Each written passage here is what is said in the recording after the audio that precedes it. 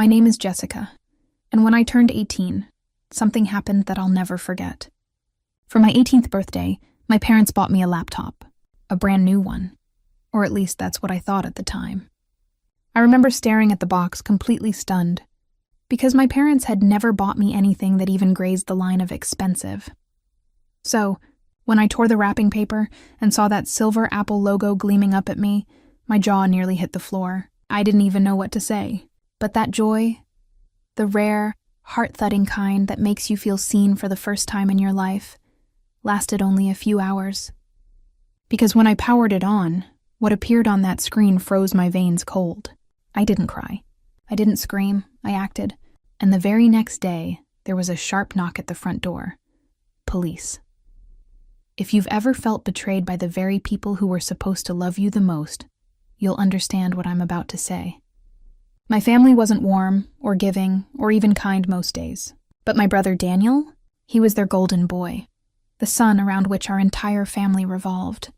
Everything in the house bent toward him, his needs, his triumphs, his failures even. They were softened, forgiven, explained away. And me? I was background noise, the forgotten extra in a movie that wasn't mine.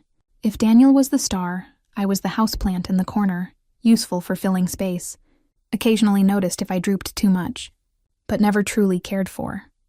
So when my 18th birthday arrived, I wasn't expecting anything. Maybe a sweater from Mom's closet, or socks from the discount bin. Something small and practical, the kind of thing they gave me to remind me where I stood. So imagine my confusion when I walked into the kitchen and saw a box sitting on the table, wrapped neatly, shiny, expensive looking.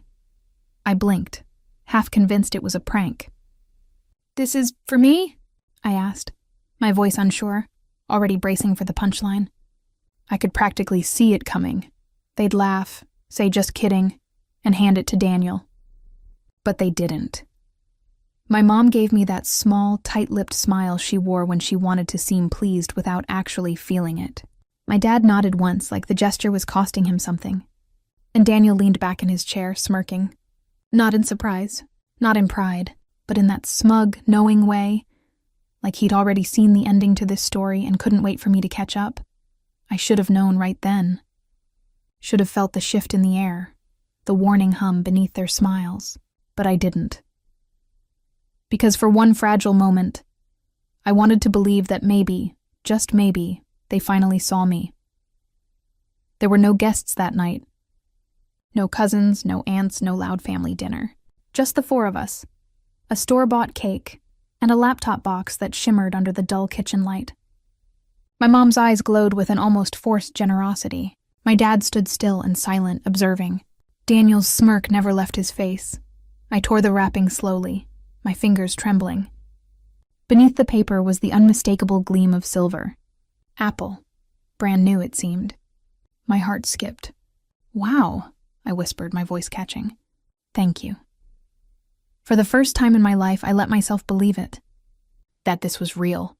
That this was love. Later that night, I carried the box upstairs, still smiling. It sat in my lap like proof that I finally mattered, but the illusion cracked almost instantly. The first thing I noticed were the scratches. Tiny, faint, but there, etched across the casing like a message I wasn't meant to read. My smile faded, but I brushed it off. Maybe it was a display model. Maybe secondhand. That was fine. Then I looked closer at the keyboard. The keys were slightly worn, the letters faintly rubbed. No way was this brand new. My chest tightened, but I told myself to stop overthinking. "Refurbished," I whispered. "Lots of people buy refurbished laptops." I didn't want to ruin the moment. But the unease crept in anyway. I turned it on. The screen blinked awake, pure white for a second before icons filled the desktop. That's when I saw it. A drive I didn't recognize. Something hidden, almost buried. A folder that didn't belong. It felt wrong, like walking into a locked room that someone else told you was yours. Curiosity got the best of me. I clicked. Most of the contents were grayed out or protected, but then suddenly I slipped through. A hidden section opened, and my heart dropped. Files. Not many, but strange, disorganized, cryptic, numbers, codes, odd spreadsheets filled with data that made no sense. Some half-finished documents, Fragments of names, places, lists. My stomach knotted tighter with every click. This wasn't just a refurbished laptop. This wasn't even mine. It was someone else's, and deep down I already knew exactly whose. I slammed the lid shut, hard, like the files might spill out and infect the air around me. For a few seconds, I just sat there staring at it, my birthday gift, now sitting like a loaded secret in my lap. The warmth I'd felt earlier was gone, replaced by something colder, sharper. This wasn't generosity. It wasn't a change of heart. It was a setup. I thought about their faces again. Mom's fake smile, Dad's silence, Daniel's smirk. And suddenly, it all made a twisted kind of sense. They hadn't looked proud. They'd looked expectant, like they were waiting for something. Watching me unwrap not a present, but a trap. Still, I tried to push it down. Told myself I was being paranoid. Told myself I should just be grateful. But deep down, my instincts were screaming. Something about that laptop was wrong. So I shoved it under my bed, as if hiding it could stop whatever storm was brewing. But even there, out of sight, I could feel it. Like it was humming with energy, whispering secrets I wasn't ready to hear. That night, I barely slept. Every creak of the house, every gust of wind against my window made my heart race. I kept replaying that moment. Daniel's eyes, full of something I couldn't name. I told myself I'd figure it out in the morning. That I'd wake up and realize I'd been imagining it all. But the next day, the unease only grew stronger. Because here's the thing. I've had years of training for this kind of feeling. My family taught me to sense danger, not out of love, but survival. They taught me to read between words, to spot tension in a glance, to expect betrayal before it hit. My brother's birthdays were events. Mine were afterthoughts. He got the new phone. I got his cracked old one 6 months later. He got brand new shoes. I got the box they came in. Once, they even gave me a self-help book called How to Be More Positive as my birthday present.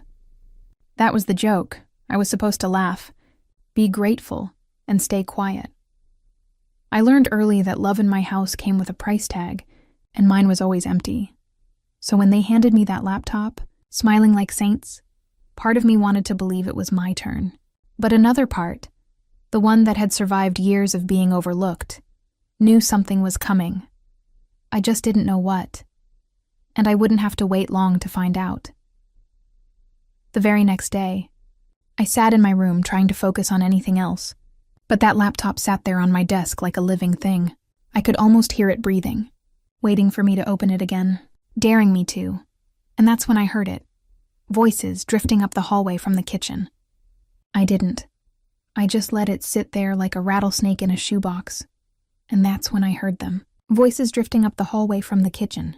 Mom's low hiss, Dad's rumble, and Daniel's smug little chuckle. Normally, I wouldn't think twice. I'd wander in, grab some water, maybe make a sandwich. But this time, no. My skin prickled. Something in me said, don't go in. Listen first. So I did.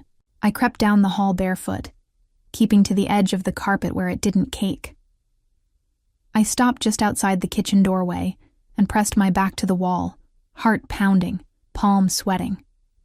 I felt like a kid again, sneaking cookies after bedtime, except this time what I was about to steal wasn't sugar. It was the truth. At first, the conversation was muffled, almost ordinary.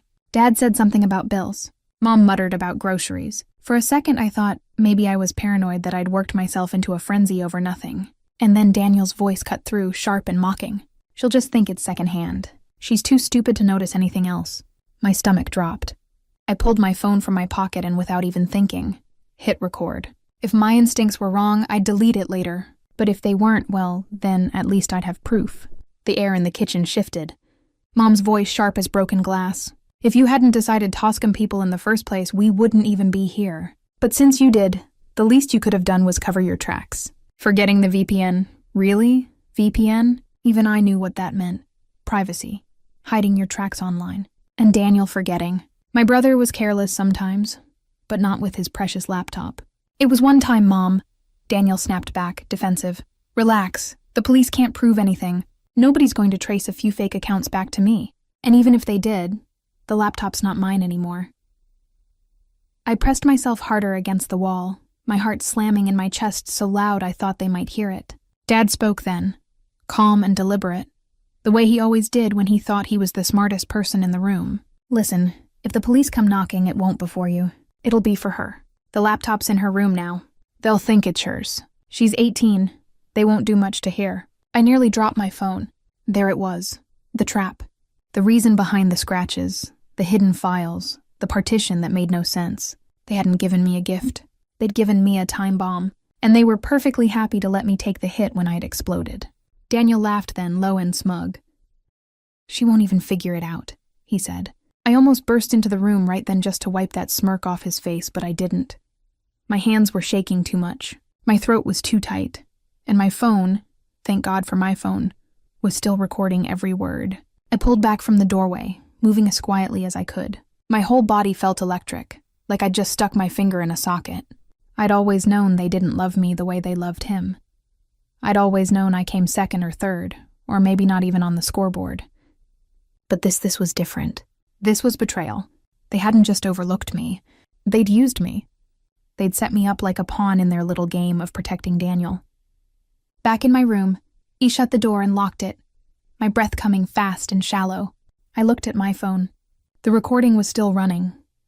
I stopped it, saved it, played it back just to be sure. Their voices filled my room cold and clear. My proof. I sat on the bed staring at the laptop on the desk, my so-called birthday present. The evidence they'd planted on me.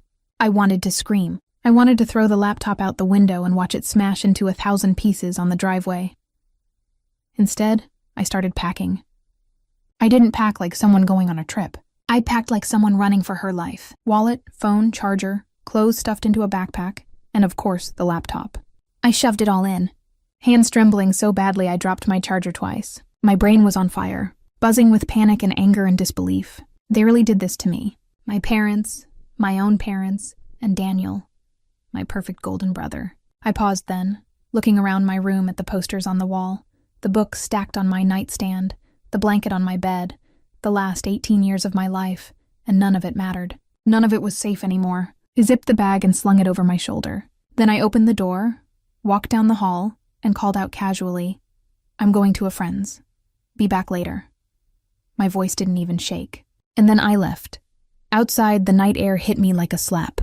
Cool, sharp, real. My lungs felt like they could finally expand again. But my heart was still pounding so hard I thought it might burst. I walked fast, not daring to look back at the house. Every step felt like it echoed. "Traitor, traitor, traitor!" Only this time I wasn't the traitor. They were. As I reached the corner, I stopped for a second, gripping the straps of my bag, staring down at the pavement. I thought about the recording on my phone, the files hidden inside that laptop, the smug laughter I'd just captured. I thought about Daniel smirking in the kitchen, safe in the knowledge that Mom and Dad would always cover for him. And I thought about myself, 18 years old, suddenly on the run from my own family. I didn't know what I was going to do next, but I knew one thing. I wasn't going back. Not tonight, not ever. I didn't even pack properly. Just threw my wallet, charger, toothbrush, and a few clothes into my bag like I was on the run from the FBI, which, given the way things were going, wasn't entirely off the mark. I didn't go to a friend's house. I didn't want anyone I cared about pulled into this mess. Instead, I walked straight to the police station, the laptop heavy in my backpack like a ticking bomb. When I slid it across the counter with shaking hands and told them my story, the gift, the hidden partition, the recording on my phone, I half expected them to laugh, or worse, to look at me the way my parents always did, like I was making trouble again. But they didn't. They wrote it all down, took the laptop and my statement, and gave me a receipt for the evidence. Very polite, very official, very anticlimactic. Then I walked back out into the night with nothing but my bag and a feeling like I just detonated my whole life. I couldn't face anyone I knew, so I checked into the cheapest hostel I could find, the kind with stained carpets, bunk beds that creaked if you breathed too hard, and strangers who looked like they'd steal your shoes while you slept. Perfect. I locked myself into that bed with my backpack under the pillow and stared at the ceiling. My phone buzzed on the nightstand like a wasp trapped in a jar. At first, the messages were worried. "Where are you? Why didn't you come home? Are you safe?" For a moment, I almost caved. almost answered with something reassuring, almost slipped back into being the good daughter who smoothed everything over. But then I remembered the kitchen, the smug laugh. It'll Fallon her. So instead, with shaking fingers, I typed out 4 words. I'm not coming back. And I hit send. That was it. The bridge burned. The next morning, I dragged myself out of bed, showered in a bathroom that smelled like mildew and despair, and went to work. On the outside, I was normal. I smiled at customers, took orders, restocked shelves. On the inside, I was screaming. My phone buzzed in my apron pocket all day. I ignored it. By the end of my shift, there were over 40 missed calls.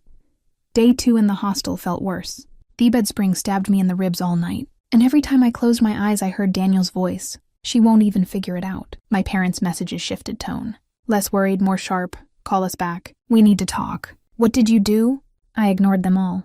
At work, I caught myself glancing at the door every minute, terrified they'd walk in. On day 3, they did. I was wiping down Edible when I saw them through the front window. Mom's jaw tight, Dad's arms crossed, just standing there watching me. My blood ran cold. I pretended not to see them, pretended to be busy, but I could feel their eyes boring into me the whole shift. When closing time came, I slipped out the back door and practically ran the whole way to the hostel. That night, I lay awake in the dark, heart pounding, convinced they'd follow me there. Day 4, the dam finally broke. I was at the register when they stormed inside. Mom's voice was a hiss, sharp enough to cut glass. What did you tell them? My father's voice was a rumble behind her. Why are the police at our house? The cafe went silent. My coworkers froze. Customers stared. My throat closed. But then something inside me snapped. Years of swallowing my words. Years of being second best. Years of being told to be grateful for scraps. It all burst out. You tried to frame me, I shouted. Every head in the cafe turned. Mom's face went white, then red. Dad looked like he wanted to crush me under his shoe. Daniel wasn't there, but I could practically hear his smug laugh echoing in the silence. I set down the rag in my hand, leaned across the counter, and said it again, lower this time, dead cold. You tried to frame me. They didn't even deny it. They just glared, then stormed out, the bell on the door jangling behind them.